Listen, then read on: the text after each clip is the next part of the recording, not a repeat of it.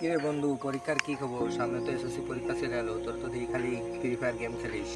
আরে লেখাপড়া করে করবো কি? লেখাপড়া করে কি কেউ বড় লোক হয়েছে? ফ্রি ফায়ার খেলি, ভালোই লাগে। ফ্রি ফায়ার খেলে জীবনে কি করবি? পড়ালেখা শেখ, জীবনে কিছু করতে পারবি। আরে ভাই পড়ালাই মন বসে না, কি করবো ক? 10টা বছর পর একটা পরীক্ষা আসে, এই পরীক্ষা যদি ফেল করিস তাহলে গ্রামের লোকজন কি করবে না, আর আমার মান সম্মান কি করে দেবেন? আরে ভাই লোকজনের কথা শুনে আমার লাভ আছে, নিজের খাই নিজের বাপের টাকা খাইছি, মানুষের কথা শুনে আমার লাভ নেই। ফ্রি ফায়ার খেলি, এটাই আমার ভালো লাগে।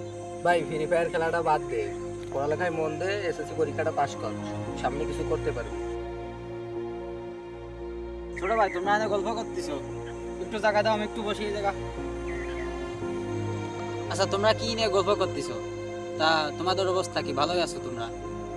আরে বন্ধু, আরে একটু বুঝছি, ও সামনে এসএসসি পরীক্ষা হচ্ছে, ও খালি ফ্রি ফায়ার খেলে।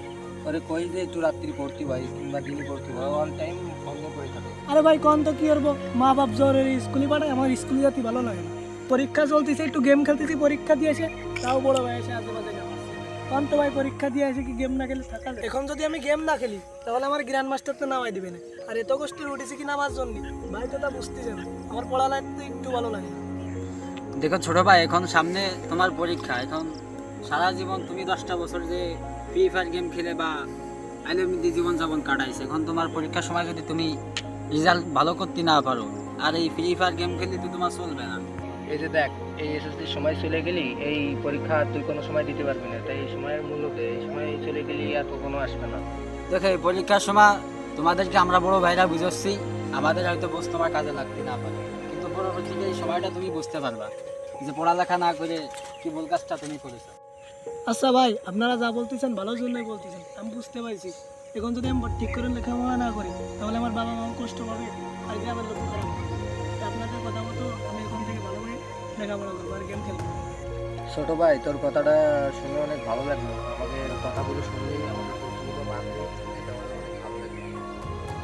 আচ্ছা ঠিক আছে, তাহলে আজকের মতো থাকো, সন্ধ্যা লেগে গেছে, বাড়ির দিক যাবার, রাত্রে ঠিক মতো পড়াশোনা করো, 5 ওয়াক্ত নামাজ কালাম পড়ো, আল্লাহর কাছে দোয়া করো। আর ফোনটা নিয়ে যেতে চাইছিলাম, কিন্তু তুমি যেহেতু মানতে চাইছো তাহলে তোমার কাছেই রাখো, পড়ালেখাটা ভালো করো। আচ্ছা ভাইয়া, ভালো থাকেন। সন্ধ্যা লেগে গেছে, বাসায় যাচ্ছি। আর আপনাদের কথা মতো আমি এখন থেকে নামাজ কালাম পড়বো, পরীক্ষায় ভালো রেজাল্ট করব। আপনারা দোয়া করবেন যত ভালো রেজাল্ট করতে পারি। এখন সন্ধ্যা লেগে গেছে, বাসায় চলে যাই। ভালো থাকেন।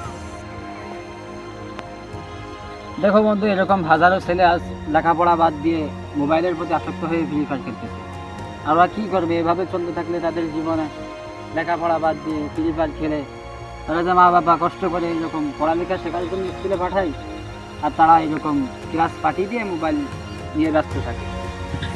আচ্ছা বন্ধু, চলো তাহলে আজকের মতো আমরা যাই।